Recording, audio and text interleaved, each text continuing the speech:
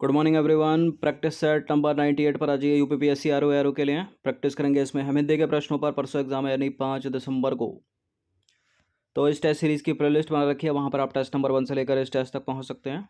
Practice कर लीजिएगा उनकी। क्वेश्चन नंबर 1 पर आ जाइए। पहला प्रश्न है, 2 बार जन्म लेने वाला, उसके लिए एक शब्द क्या होगा? क्या बोलते हैं? 2 बार जन्म लेने वाले को द्विज बोलते हैं, द्विज। ठीक है, ऑप्शन नंबर सी। तो 2 बार जन्म लेने वाले के लिए एक उपयुक्त शब्द क्या है? द्विज। 60 प्रश्न आएंगे इसमें। 60 प्रश्न जो है वो 60 अंक के होंगे, 1/3 की माइनस मार्किंग है, और ये जुड़ेंगे पेपर 1 में। दिशाएं ही जिनका वस्त्र हैं, क्या कहा जाता है? दिशाएं ही जिनका वस्त्र हैं, दिगंबर। ठीक है, ऑप्शन नंबर सी। तो दिशाएं ही जिनका वस्त्र है, उनके लिए एक शब्द होगा दिगंबर। जो देखने में योग्य हो, देखने में योग्य हो, देखने में योग्य हो, दर्शनीय। तो जो देखने में योग्य हो के लिए एक सही शब्द क्या है? उपयुक्त शब्द क्या है? दर्शनीय। जिसका दमन किया गया हो, देखिए 2 बातें यहाँ पर। जिसका दमन किया गया हो वो तो हो जाएगा दमित, और जिसका दमन किया जा सके, दमनीय। यहाँ सही उत्तर क्या हो जाएगा? Option number A. तो जिसका दमन किया गया हो उसके लिए एक उपयुक्त शब्द क्या है? दमित। कष्ट सहकर होने वाला कार्य, कष्ट सहकर होने वाला कार्य, दुष्कर। ठीक है, ऑप्शन नंबर बी। तो कष्ट सहकर होने वाले वाक्य के लिए एक शब्द क्या है? दुष्कर। खाद्य सामग्री जो यात्रा के समय उपभोग के लिए दी जाती है, ये इंपॉर्टेंट है, बहुत बार एग्जाम में पूछी गई है। इसको बोलते हैं पाथेय। ठीक है, पाथेय। तो खाद्य सामग्री जो यात्रा के समय रास्ते में उपभोग के लिए दी जाती है, उसके लिए उपयुक्त शब्द क्या है? पाथेय। एक बार कही बात को दोहराते रहना, उस वाक्य के लिए एक शब्द क्या होगा? एक बार कही बात को दोहराते रहना, पिष्ट पेषण। क्या हो जाएगा? पिष्ट पेषण। और देख लीजिए कि लिखा कैसे है, पिष्ट पेषण। खाने की इच्छा के लिए उपयुक्त शब्द क्या है? खाने की इच्छा हो गई बुभुक्षा, बुभुक्षा। विभुक्षा नहीं होगा, बुभुक्षा, विभुक्षा, बुभुक्षा। ठीक है, ऑप्शन नंबर बी। तो खाने की इच्छा को कहते हैं बुभुक्षा। क्वेश्चन नंबर 9 पर आ जाइए। निश्चित रूप से घटित होने वाला, वाक्य के लिए एक सही शब्द होगा। निश्चित रूप से घटित होने वाला क्या हो जाएगा? भवितव्य। निश्चित रूप से घटित होने वाले वाक्यांश के लिए एक सही शब्द क्या है? भवितव्य। जिसके हृदय को चोट पहुंची हो, घायल नहीं, जिसके हृदय को चोट पहुंची हो, मर्माहत हो जाएगा। मृत्युंजय नहीं होगा, मनमोहक नहीं होगा। जिसके हृदय को चोट पहुंची हो, मर्माहत। जो बहुत मंद गति से काम करता हो, क्या है उसके लिए? सत्वर, दीर्घ सूत्री और मंदाक्रांता या मंथर। जो बहुत मंद गति से काम करता हो, मंथर। Option number A. तो जो बहुत मंद गति से कार्य करता है उसके लिए एक शब्द क्या है? मंथर। क्वेश्चन नंबर 12 पर आ जाइए। जो एक स्थान पर टिक कर नहीं रहता, वाक्य के लिए एक सही शब्द क्या होगा? जो एक स्थान पर टिक कर नहीं रहता उसको बोलते हैं यायावर। ठीक है, मतलब इधर उधर भटकता रहता है, मचलता रहता है। और जो एक स्थान से डिगे नहीं, उसके लिए एक शब्द है अडिग। तो जो एक स्थान पर टिक कर नहीं रहता उसके लिए एक शब्द क्या है? यायावर। नंबर 13 पर आ जाइए। उत्तराधिकार में प्राप्त संपत्ति के लिए एक शब्द क्या होगा? वसीयत नहीं, उत्तराधिकार में प्राप्त संपत्ति के लिए एक सही शब्द है रिक्त। तो उत्तराधिकार में प्राप्त संपत्ति के लिए एक सही शब्द है रिक्त।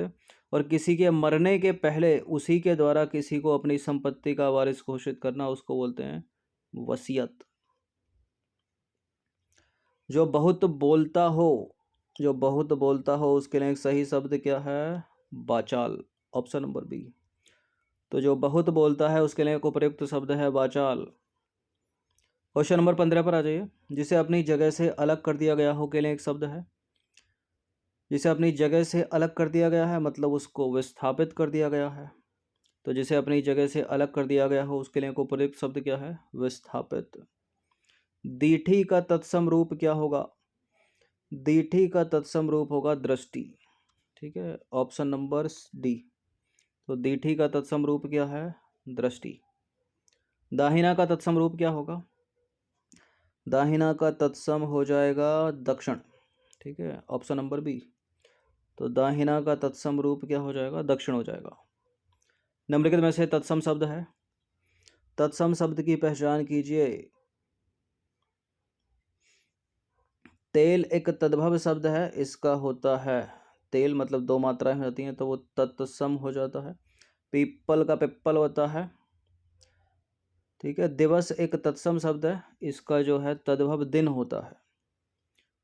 तो दिए गए विकल्पों में दिवस जो है वो एक तत्सम शब्द है जिसका तद्भव होता है दिन। बाकी करोड़ का तत्सम कोटि होगा, पीपल का हो जाएगा पिप्पल, तेल का हो जाएगा तेल, मतलब मात्राएं जो है वो दो हो जाएंगी।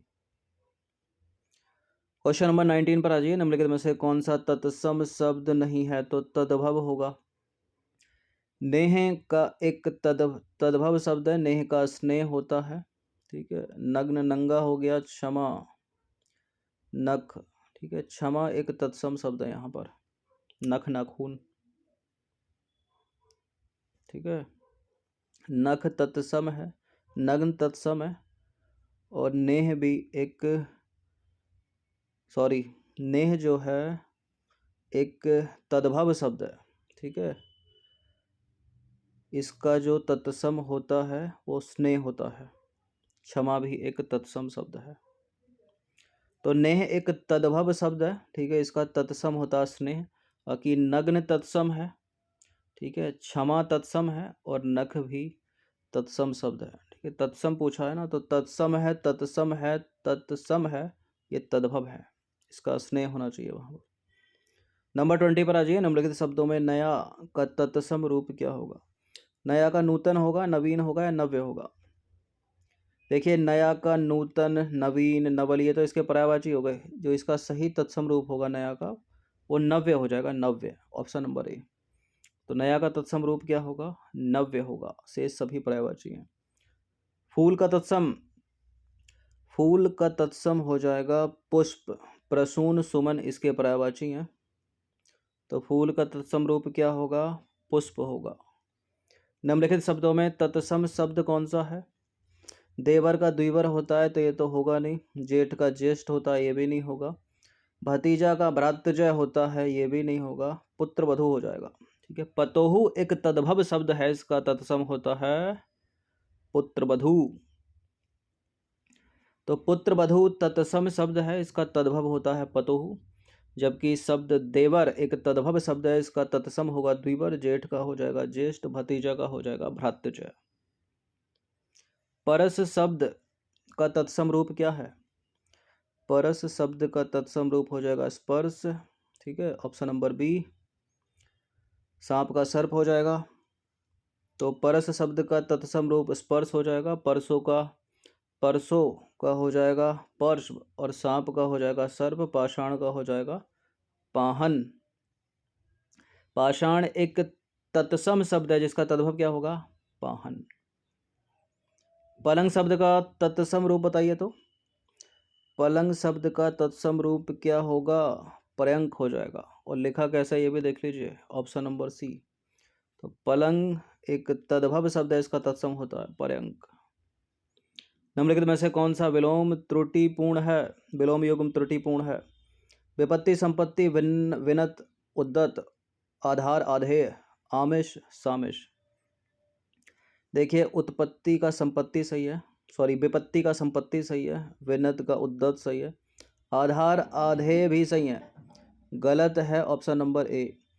आमिष और शामिश ये दोनों पर्यायवाची हैं, ठीक है, इनका विलोम होता है दोनों का निरामिष। तो यही गलत है पहला वाला। तो आमिष और शामिश दोनों ही शब्द जो है एक दूसरे के पर्यायवाची हैं, दोनों का विलोम जो है वो निरामिष होगा, याद रखिएगा, ठीक है। नंबर 26 पर आ जाइए। निम्नलिखित में से कौन सा शब्द विशेषण है? ठीक है, कौन सा शब्द विशेषण है? कोई वस्तु जंगली है, घरेलू है, ठीक है, ये घरेलू जो है ये विशेषण हो गया। उपार्जन विशेष है, उपनिवेश विशेष है, विशेष है, ठीक है। उपनिवेश का विशेषण औपनिवेशिक होता है, उपार्जन का विशेषण उपार्जित होता है। तो घरेलू यहाँ पर एक विशेषण शब्द है, ठीक है, इसका विशेष्य होगा घर। बाकी उपार्जन का उपार्जित होगा, उपनिवेश औपनिवेशिक होगा, चक्षु का चाक्षुष हो जाएगा। ठीक है, विशेष विशेष विशेष विशेष, विशेषण विशेषण विशेषण और विशेषण। राधा बहुत सुंदर लड़की है, वाक्य में विशेषण बताइए। देखिए राधा यहाँ पर विशेष है, लड़की यहाँ पर विशेष है। ठीक है, और सुंदर जो है विशेषण है, तो सुंदर होना उसका क्या हो गया, संख्यावाचक तो होगा नहीं, राधा बहुत सुंदर लड़की है। सार्वनामिक विशेषण भी नहीं यहाँ पर, ये जो है गुणवाचक विशेषण है। ठीक है, ऑप्शन नंबर सी। तो राधा बहुत सुंदर लड़की है वाक्य में गुणवाचक विशेषण का प्रयोग हुआ है। सरीखा शब्द में विशेषण बताइए। तो सरीखा शब्द में भी गुणवाचक विशेषण है। ठीक है, ऑप्शन नंबर बी। तो सरीखा शब्द में गुणवाचक विशेषण है। देखिए सरीखा का मतलब देखें तो गुण रूप आदि में किसी के समान सदृश तुल्य बराबर। ठीक है, तो बी हो जाएगा। रमेश की पुस्तक पुरानी है, वाक्य में पुस्तक शब्द है। देखिए रमेश विशेष है, पुस्तक विशेष है। पुस्तक कैसी है, पुरानी है, विशेषण है, तो पुस्तक पूछा तो विशेष है, ऑप्शन नंबर ए है। तो प्रस्तुत वाक्य में जो पुस्तक है वो विशेष है। 30वां प्रश्न है, निम्नलिखित में से कौन सा शब्द विशेषण नहीं है। पथरीला, नमकीन, बर्फीला। ठीक है, विशेषण विशेषण विशेषण। ठीक है, नमक का नमकीन तो विशेष हो गया, डी। तो नमक यहाँ पर जो है विशेष है, बाकी सारे के सारे विशेषण हैं। बाकी वन लाइनर के तौर पर देख लेते हैं कुछ और 30 प्रश्नों को। जैसे कि जो जमीन के भीतर की वस्तुओं का ध्यान रखता है उसको बोलते हैं भूगर्भवेत्ता, जो इम्पोर्टेंट है ये सब। जो फूल आधा खिला हो उसको बोलेंगे मुकुल। भाषा विज्ञान का विद्वान भाषाविद। जो मृत्यु के संपन्न हो, सॉरी, जो मृत्यु के समीप हो उसको बोलते हैं मरणासन्न। ठीक है, मृत्य मत लगा दीजिएगा, मरणासन्न, जो मृत्यु के समीप हो। किसी वस्तु के बदले कोई वस्तु बेचने की क्रिया, उसको क्या बोलते हैं, वस्तु विनिमय।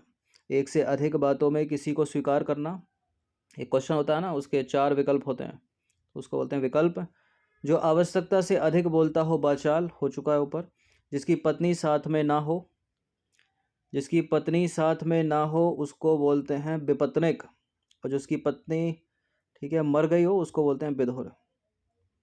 और जिसका पति नहीं उसको विधवा। जो कानून के अनुसार हो उसको बोलेंगे वैध। पुलिस या सेना का नया सिपाही, रंगरूट।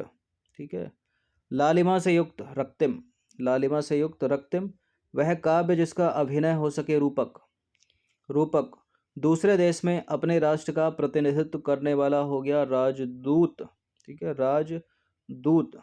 रात को दिखाई ना देने वाला रोग रतौंधी है, एक दिन वाला होता है, दिनौधी बोलते हैं उसको।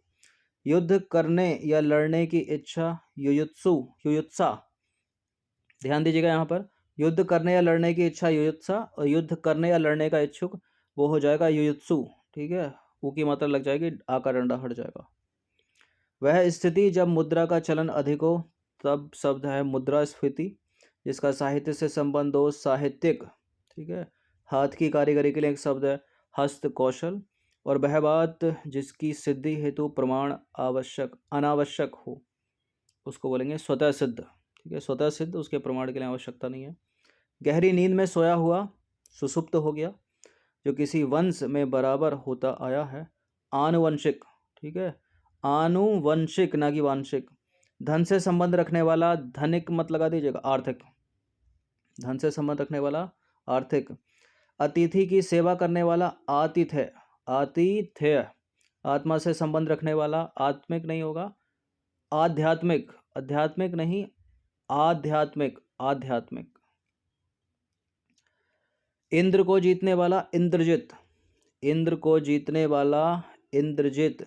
और जिसकी समस्त कामनाएं पूरी हो गई हो, आप्त काम। उसके लिए एक शब्द क्या है, आप्त काम। किसी के गुण दोष की विवेचना करने वाला, आलोचक हो गया। और जीवों या शरीरधारियों के द्वारा प्राप्त दुख, आदि भौतिक। क्या हो गया, आधि भौतिक। जो वस्तुओं की सजीवता एवं अच्छाइयों की ओर अधिक ध्यान देता हो, जो वस्तुओं की सजीवता एवं अच्छाइयों की ओर अधिक ध्यान देता हो, आशावादी, आशावादी। कठिनाई से जो समझ में आवे उसके लिए एक शब्द है दुर्बोध। कठिनाई से जो समझ में आवे, दुर्बोध। तो 60 प्रश्न आएंगे हिंदी में। 60 प्रश्न जो है होंगे 60 अंक के, ठीक है। 1/3 की माइनस मार्किंग है। अगर इसमें 50, 48 से 52 तक अगर स्कोर रहता तो अच्छा स्कोर माना जाएगा, मतलब क्वालिफाइड होने की संभावना बहुत अधिक हो जाएगी। तो इनकी प्रैक्टिस कम से कम एक बार कर लीजिएगा। धन्यवाद।